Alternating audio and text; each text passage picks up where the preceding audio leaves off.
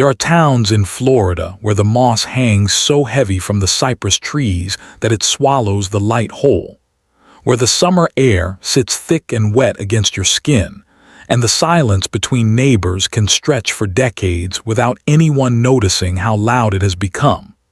This is a story about one of those towns. About a morning in the summer of 1992 that began like every other morning in Palmetto Crossing, a quiet, unincorporated community nestled between Lake Okeechobee and the sugarcane fields of Glades County, Florida, and ended with a little girl named Annalise Renee Tatum, 7 years old, brown pigtails, a gap between her two front teeth, and a laughter that her first-grade teacher, Mrs. Patricia Weyer, would later describe as sounding like wind chimes in a storm simply gone. Not missing in the way children sometimes wander, gone in the way that leaves a hollow place in the center of a family, a community, a county, and eventually, in the conscience of a justice system that would spend the next 3 decades searching for the answer to one question that never fully let go of the people who knew her. Where was Annalise, and who decided that her life no longer mattered? Palmetto Crossing in the summer of 1992 was not the kind of place that appeared on tourist maps or made the regional news for anything good. It was the kind of place people passed through on their way to somewhere else, marked only by a rusted water tower and a bait and tackle shop called Denny's Hook that doubled as a post office 3 days a week. The population hovered around 400. The roads were mostly unpaved past the first quarter mile from State Road 27, and in the rainy season, which in South Florida means roughly June through October, those roads turned to orange clay rivers that swallowed truck tires whole and made the already isolated community feel entirely cut off from the world beyond the tree line. The Tatum property sat on the eastern edge of a stretch of land the locals called the Hammock, a dense subtropical forest of live oak, cabbage palm, and slash pine that bordered a shallow drainage canal built by the Army Corps of Engineers sometime in the 1960s. The canal ran north to south for approximately 4 miles before emptying into a series of retention ponds that fed the sugarcane operation owned by the Morrow Agricultural Cooperative, which employed roughly 60% of the working adults in the area, including Annalise's father, Gerald Dean Tatum, 41 years old, a field operations supervisor who had worked for the cooperative for 11 years. Gerald was a broad-shouldered man with a thick dark beard beginning to show threads of gray, the kind of man neighbors described as quiet but not unfriendly, industrious, meticulous about his property. He kept the fence line straight. He kept his 2 pickup trucks clean. He knew the names of every person who worked under him at the cooperative and their families. He coached a local youth softball team in the spring, though his own daughter Annalise was too young to play. He was, by every external measure, a man deeply embedded in the fabric of his small community. Annalise's mother, Lorraine K. Tatum, née Hallbrook, was 36. She worked part-time at the Glades County Administrative Office in Moore Haven, processing vehicle registrations and water utility permits, and she drove the 40-minute round trip 3 days a week, Tuesday, Wednesday, and Thursday, in a 1989 Honda Accord with a cracked left tail light that Gerald had promised to fix since the previous November and hadn't. Lorraine was a woman of careful warmth, according to those who worked alongside her. She brought homemade peanut butter cookies to the office on birthdays and remembered the names of her coworkers' children. She kept a small ceramic rooster on her desk and a framed photograph of Annalise beside it, the one from kindergarten, where the girl was missing her front teeth, and looked as though she found the entire enterprise of school photography deeply amusing. Annalise was their only child. On the morning of Tuesday, July 14, 1992, the temperature in Glades County reached 89 degrees by 9 in the morning. The humidity sat at 94%. A tropical weather system was moving slowly up from the Gulf, not yet severe enough to name, but strong enough to paint the sky that particular shade of yellowish green that Florida residents recognize instinctively as a warning. The wind came in gusts, pushing warm air through the sable palms and sending the long Spanish moss into slow, hypnotic motion. Lorraine Tatum left for Moore Haven at approximately 7:20 in the morning, as she always did on Tuesdays. She later told investigators that she had kissed Annalise on the forehead, while the girl sat at the kitchen table eating a bowl of corn Chex cereal and watching a rerun of a Saturday morning cartoon on the small television. Gerald had moved to the kitchen counter the previous winter because the reception was better there than in the living room. Gerald was still in the bedroom getting dressed when Lorraine left. She called out goodbye from the doorway. He called back. The screen door banged shut behind her, and the Accord's engine turned over on the second try, as it always did. That was the last time Lorraine Tatum saw her daughter alive. Gerald Dean Tatum told investigators that after Lorraine left, he finished getting dressed, walked to the kitchen, poured himself a cup of coffee, and spent approximately 20 minutes reviewing work orders for the day. He said Annalise finished her cereal, rinsed her bowl in the sink the way Lorraine had taught her, and asked if she could go outside to play. Gerald said he told her yes, but to stay within sight of the back porch, not to go near the canal, and to come inside if it started to rain. He said she nodded. He said she took her red plastic sand bucket from the shelf by the back door. He said she went outside at approximately 7:50 in the morning. He said he watched her cross the backyard through the kitchen window for a moment before returning to his work orders. He said the next time he looked up, at approximately 8:25, she was gone. The back gate, a simple chain-link latch that required a child to use two hands to open, was unlatched. The red plastic sand bucket sat upright in the middle of the lawn, equidistant between the porch steps and the gate, as though it had been set down with care rather than dropped. 3 feet from the bucket, a child's plastic shovel lay on the ground, the yellow handle pointing toward the canal. The grass in that area, Gerald noted, had been recently pressed flat, though he initially attributed this to the heavy morning dew. Gerald Tatum called Lorraine at the county office at 8:31. She did not answer because she had stepped away from her desk. He called his neighbor, Buster Arsenault, who lived 2 properties east along the dirt road, and asked if he had seen Annalise. Buster said he hadn't. Gerald walked the perimeter of his property. He called Annalise's name from the back fence line toward the canal. The wind came in a gust that bent the cabbage palms and swallowed his voice whole.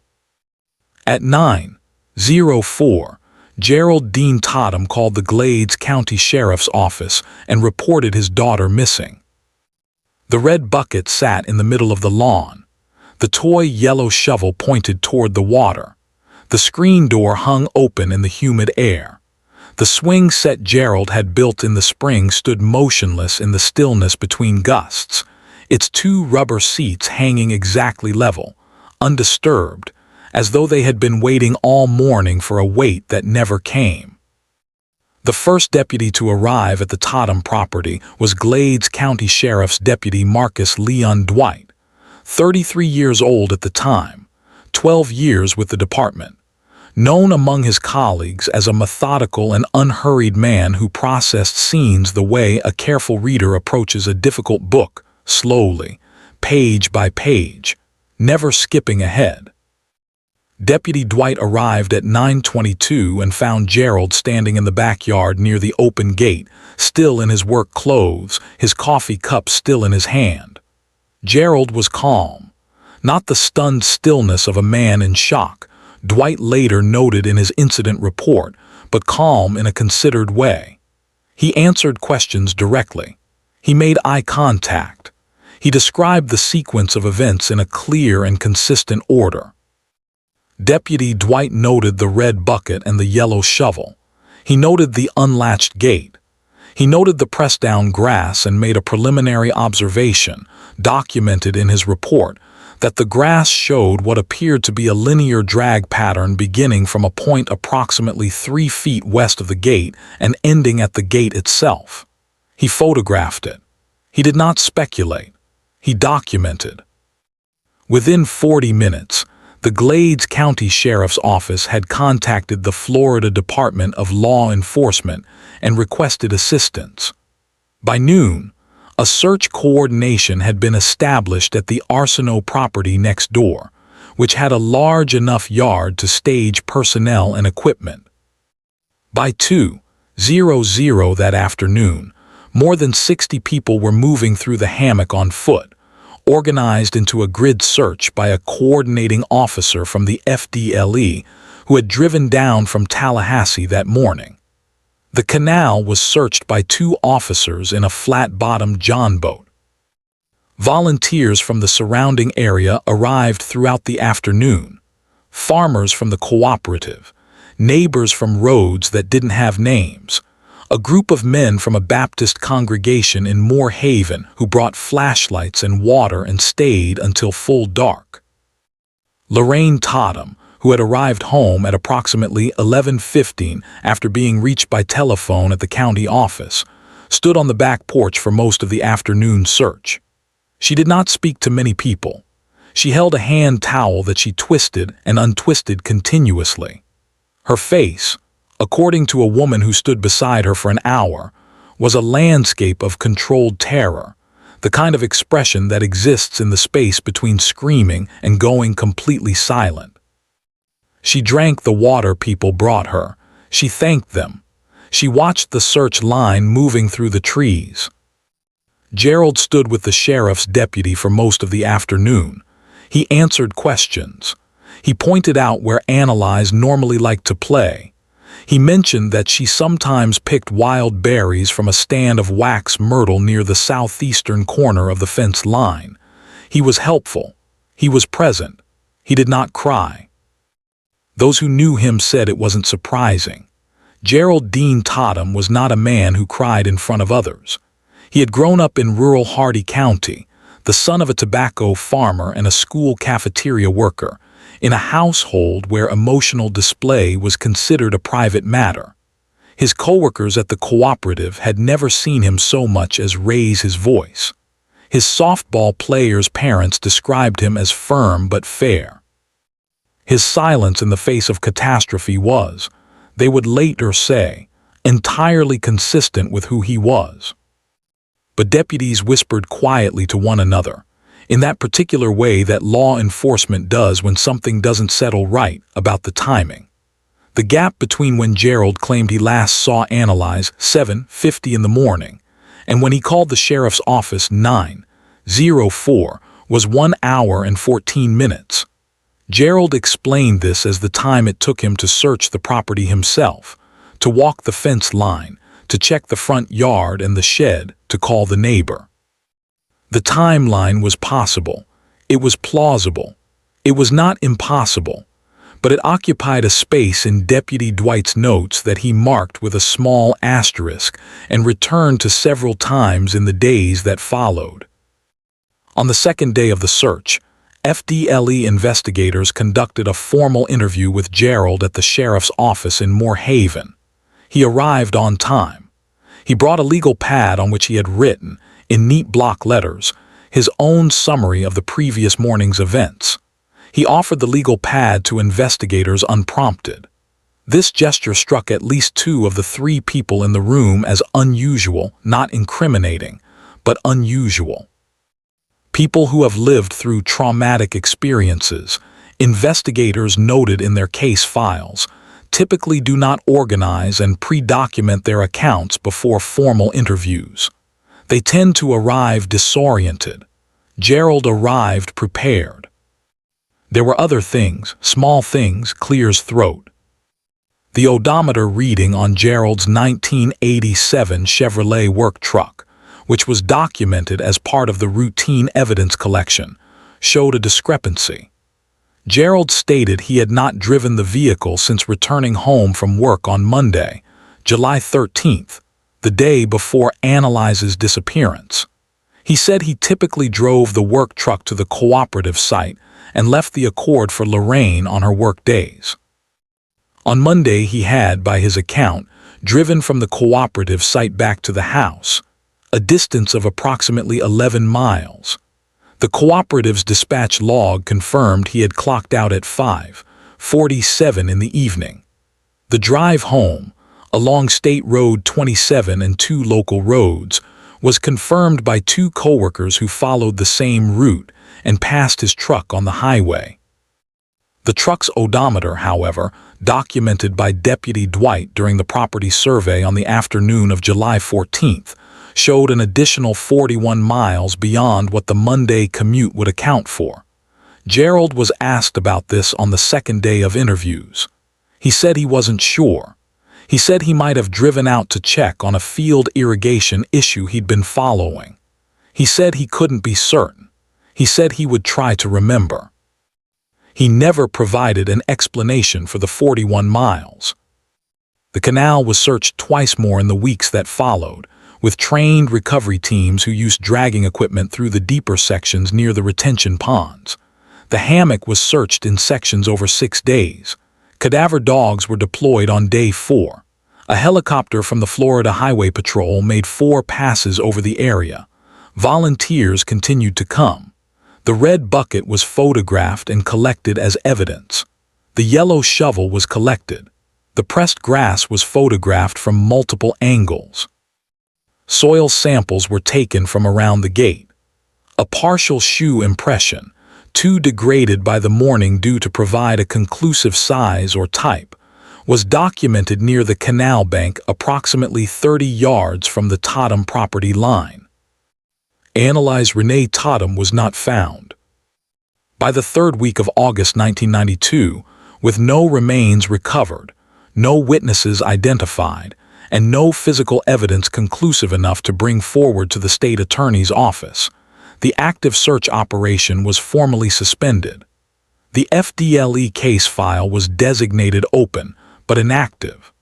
The Glades County Sheriff's Office kept the case assigned to Deputy Dwight, who continued to follow up on occasional tips through the fall and winter. He drove out to the Tatum property twice more before the end of 1992. He knocked on the door both times. Both times, Gerald opened it and answered questions politely. Both times, Lorraine stood at the edge of the hallway, too far back to be fully seen, not quite stepping into the light. The investigation slowed. The calls stopped coming in. The seasons changed, which in South Florida means the air shifted from oppressively hot to merely warm, and the sugarcane grew tall, and the cooperative ran 3 shifts a day. And life in Palmetto Crossing did what life in small places does when tragedy arrives without resolution. It continued, slightly off balance, and the silence settled in around the absence like silt around a stone. There was no dramatic ending, no single confrontation that neighbors could point to later and say, that was the moment. It happened the way so many things happen in the aftermath of sustained grief, gradually, then completely. Lorraine moved first to her sister's house in Sebring, about 80 miles north, and then, by the fall of 1994, to a small apartment in Avon Park, where she found work as an administrative assistant at the Highlands County School District. She kept the ceramic rooster. She kept the photograph of Annalise from the kindergarten portrait. She did not remarry. She did not speak publicly about the case, except once, in a handwritten letter to the editor of the Moore Haven Democrat, published in December 1993, in which she wrote, in reference to the continued search for her daughter, that she would not rest and did not expect rest and did not want it, not until someone told the truth. She did not name anyone in that letter. She did not have to. Gerald Dean Tatum remained in Palmetto Crossing until 1996, when the Morrow Agricultural Cooperative restructured its field operations division, and Gerald's position was effectively eliminated. He received a severance package, sold the property on the Hammock, and relocated to Hillsborough County, near the eastern outskirts of Tampa, where he took a job as a warehouse operations manager for a regional agricultural supply company. He bought a house in a subdivision. He joined a church. He coached youth softball again. He remarried in 1999, a woman named Sandra Faye Merritt who worked as a dental hygienist and had 2 teenage children from a previous relationship. People who knew Gerald in Tampa described him, consistently, as a steady and reliable man, a good neighbor, a committed church volunteer. He did not discuss Palmetto Crossing. He did not discuss Annalise.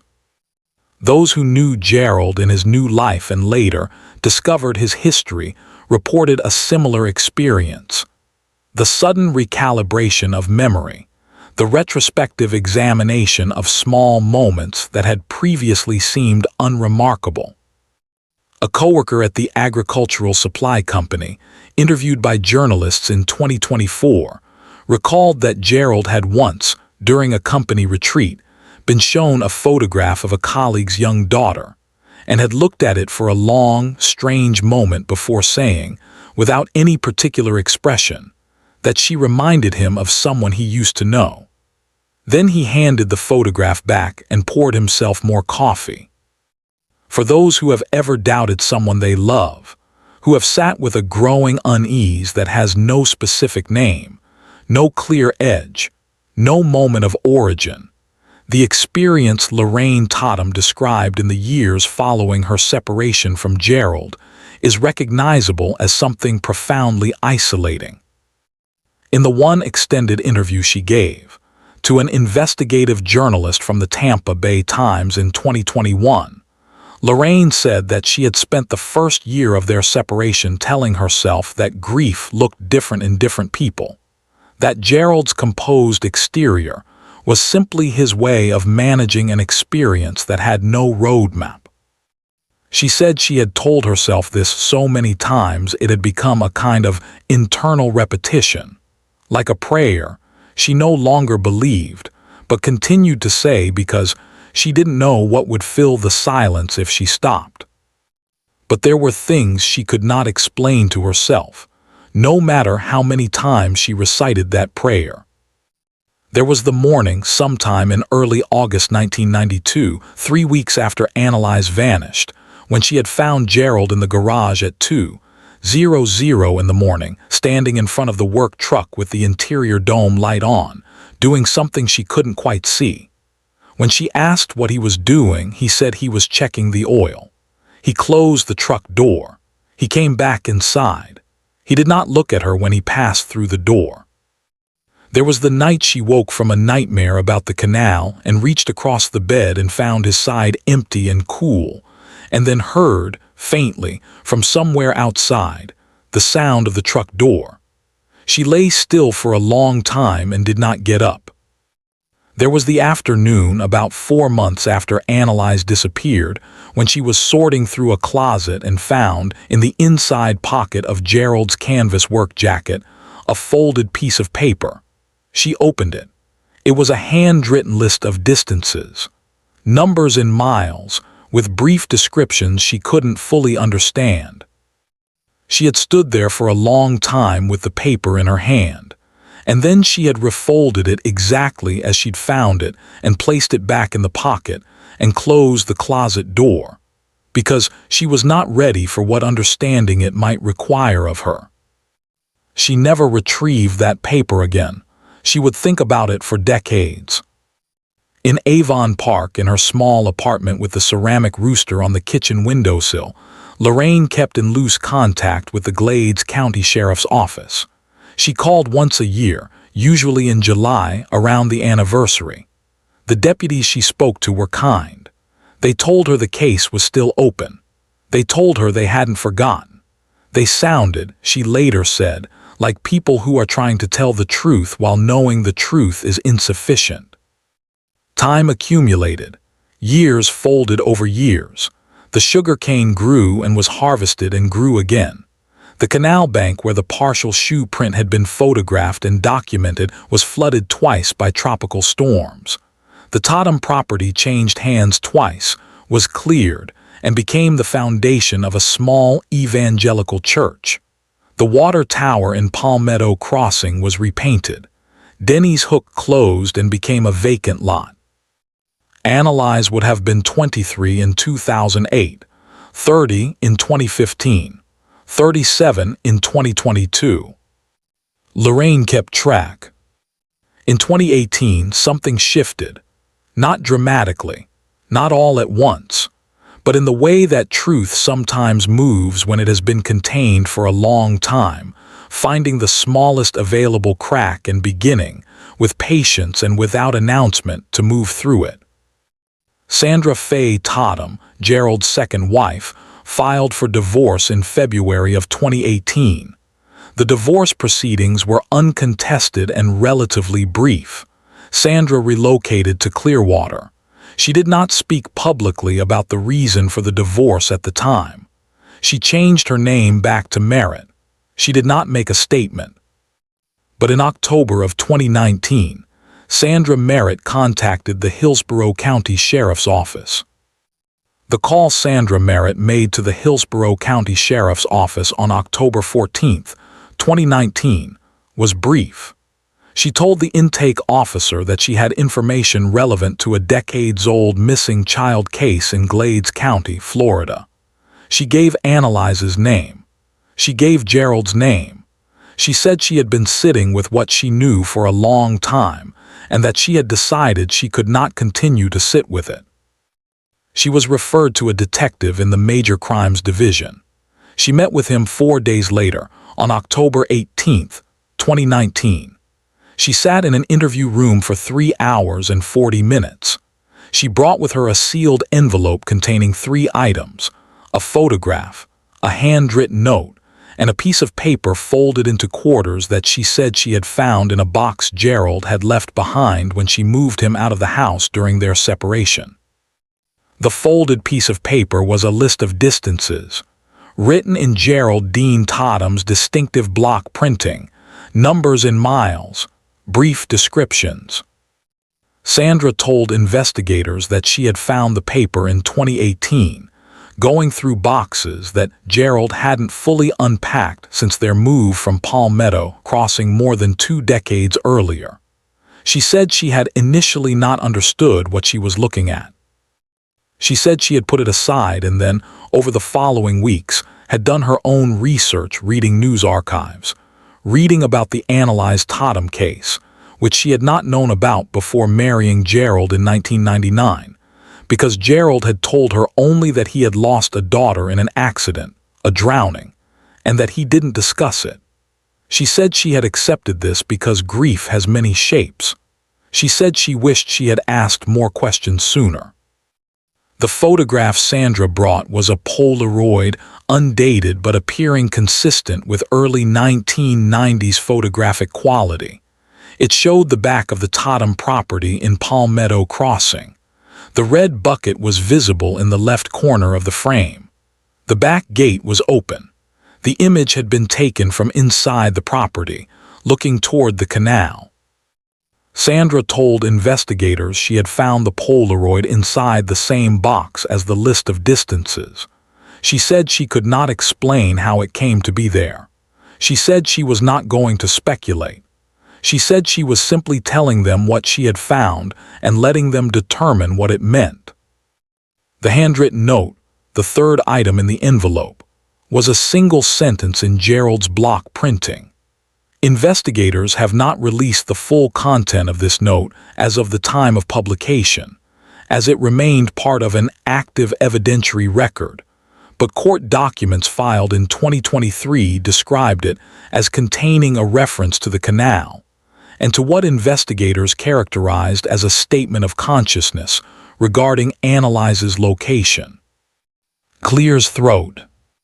The Hillsborough County Sheriff's Office contacted the FDLE's Cold Case Unit in Tallahassee on October 22, 2019. The Cold Case Unit contacted Glades County. Deputy Marcus Leon Dwight now Lieutenant Dwight, retired, was reached by telephone on October 24th. Investigators later described his response, documented in call notes, simply as, "I knew it. I have always known it. Tell me what you need." Dwight drove to Moorhaven the following week on his own time, without being asked, and spent 2 days reviewing his original case files. He pulled the photographs he had taken in 1992. He pulled his notes with the asterisks. He pulled the documentation of the odometer discrepancy. He organized everything and drove it to the FDLE regional office in Fort Myers, where a team of cold case investigators had already begun reconstructing the case from the archived materials. The forensic examination of the items Sandra Merritt provided took several months. The Polaroid photograph was examined by the FDLE's Digital Forensic Unit, which determined through image analysis and shadow angle calculations that the photograph had been taken in the early morning hours, consistent with the time frame of July 14, 1992. Soil samples referenced in the original case file were re-examined using testing protocols not available in 1992. DNA extraction from degraded biological material found in evidence collected from the canal bank in 1992, material that had been stored in the FDLE evidence repository, was reanalyzed using newer short tandem repeat methodology. The results were returned in June of 2021. The biological material recovered from the canal bank in 1992, 30 yards from the Tatum property line, was consistent with Annalise Renee Tatum's maternal mitochondrial DNA profile, derived from a reference sample provided by Lorraine Tatum.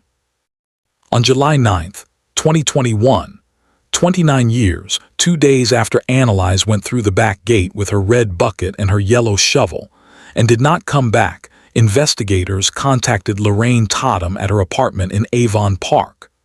A female detective from the FDLE drove to her home. She sat across from Lorraine at a kitchen table with the ceramic rooster on the windowsill behind them, and she told her what the DNA analysis had confirmed. Lorraine Tatum did not scream. She did not collapse. According to the detective's later account, given in a television interview in 2024, Lorraine sat very still for a long moment, and then she reached out and put her hand over the detective's hand, and she said, in a voice that was completely steady, "I need you to tell me you're going to finish this." The detective told her they were. The formal arrest warrant for Gerald Dean Tatum was issued by a Glades County Circuit judge on March 3, 2023. The warrant charged Gerald with first-degree unlawful taking of a human life and abuse of a child resulting in great bodily harm, the specific legal characterization under Florida statutes that applied to the evidence and circumstances as constructed by the prosecution. The warrant was sealed pending the location and apprehension of Gerald. Gerald Dean Tatum was arrested on March 14, 2023, at his residence in a subdivision in the eastern outskirts of Tampa, Hillsborough County, Florida. He was 62 years old. It was a Tuesday morning. The temperature in Tampa was 71 degrees and there was no wind. Deputies from the Hillsborough County Sheriff's Office, accompanied by 2 FDLE agents, arrived at the house at 7:15 in the morning. A neighbor across the street who was loading groceries into his car at the time later described what he saw to a journalist. Gerald came out the front door in a gray t-shirt and sweatpants. He was not handcuffed in the driveway. He walked to the patrol vehicle with his hands at his sides. He did not say anything to the officers. He did not look around. He did not look at the neighbor across the street who was watching. He simply walked to the vehicle and got in. He was calm, he was composed, he made no statement. The news of the arrest spread through the community in 2 distinct and almost simultaneous waves. In Tampa, among the people who knew Gerald Tatum as a church volunteer and a warehouse manager, and a man who coached youth softball and brought donuts to the church office on Sunday mornings. The reaction was one of shock so complete and disorienting that several of his acquaintances were quoted in local news coverage expressing outright disbelief. His pastor, who had known Gerald for more than 15 years, told the Tampa Bay Times that he was struggling to reconcile the man he knew with the nature of the charges. Others in his congregation said they could not imagine it, could not place the two realities, Gerald Tatum, and what Gerald Tatum was accused of in the same sentence, in the same mind, at the same time. In Glades County, in Moore Haven, in the surrounding communities that remembered the summer of 1992, the reaction was different. Among the people who had searched the Hammock on foot in the July heat, among the people who had driven down from Moore Haven with flashlights, among the people who had watched the John boat move slowly up the canal and come back empty, among Buster Arsenault, now 81 years old, who had been Gerald's neighbor and who told a reporter, in the plainest language possible, that he had been waiting 30 years for this moment, and that he felt no particular surprise, only a deep and exhausted relief.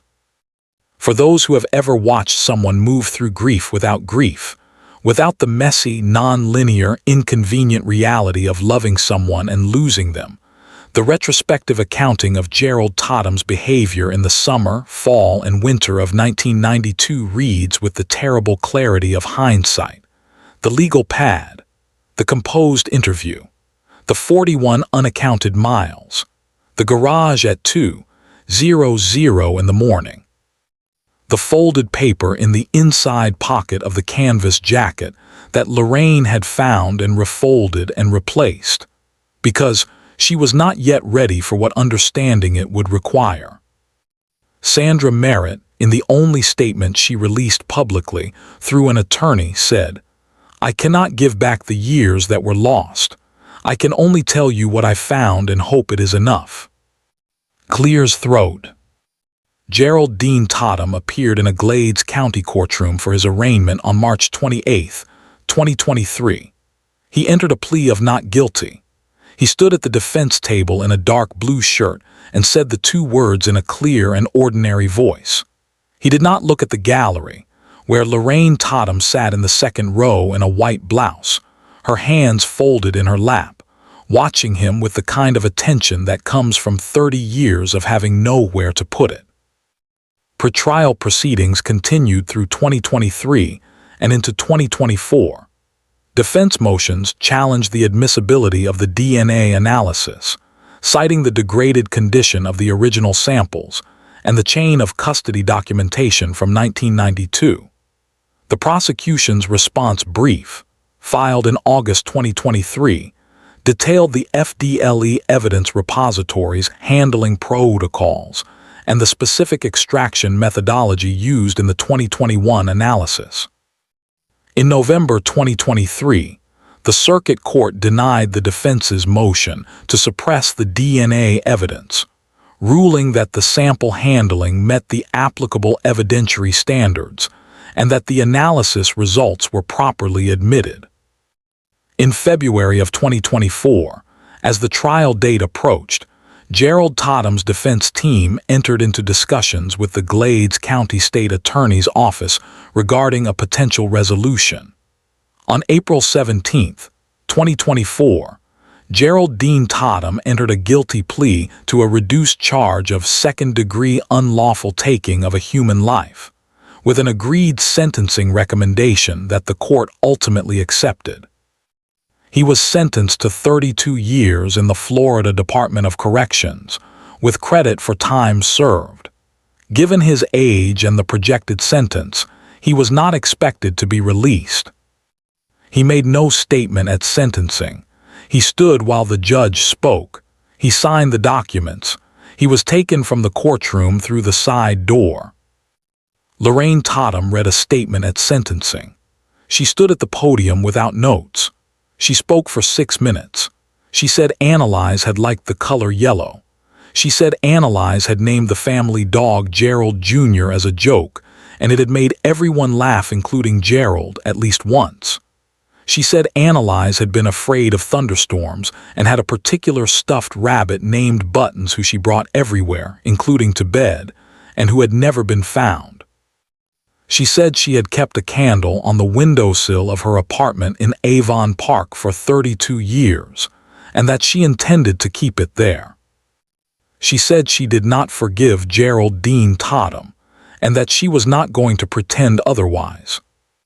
She said she was grateful to every person who had believed her, who had, across 30 years and changing technology and administrative personnel changes, and the ordinary erosion of institutional memory, kept Annalise's case alive in whatever small ways they could.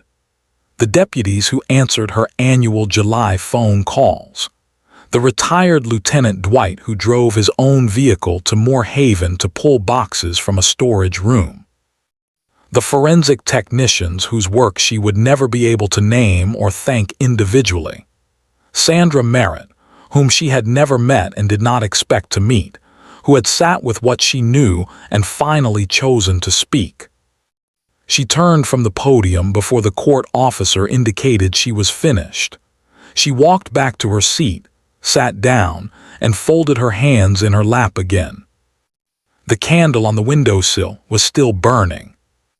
There is a particular category of case, and investigators who have spent careers in cold case resolution will tell you this, not as a platitude but as a documented pattern, where the truth does not disappear, where it goes underground, filtered through time and changed circumstances and the ordinary movements of lives, but continues to move imperceptibly toward the surface.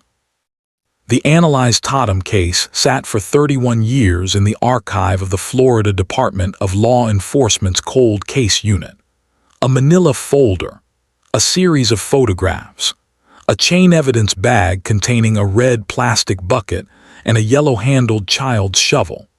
The asterisk notes of a county deputy who retired with the case unsolved and then drove his own vehicle back to help solve it anyway. What the Annalise Tatum case illuminates, beyond the particulars of its investigation and resolution, is the cost of silence that accumulates in the body and the community when a child's disappearance goes unanswered. It is the cost measured in Lorraine Tatum's annual July phone calls, year after year, to an office that could only tell her the case remained open. It is the cost measured in Deputy Dwight's asterisk notes, documents he kept, by his own account, in a folder in his personal files long after his official access to the case had ended, because he could not resolve them with the official status of the investigation. It is the cost measured in the 31 years between a child walking through a back gate with a red bucket and a man in a gray t-shirt walking out a front door in handcuffs.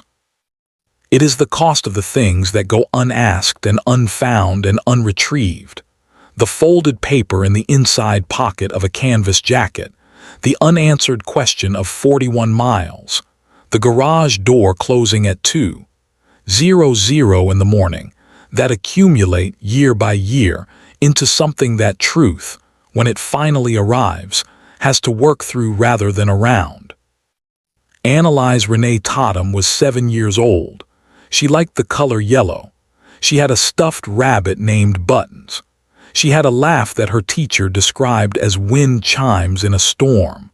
She asked permission before she went outside, and she rinsed her cereal bowl in the sink because her mother had taught her to.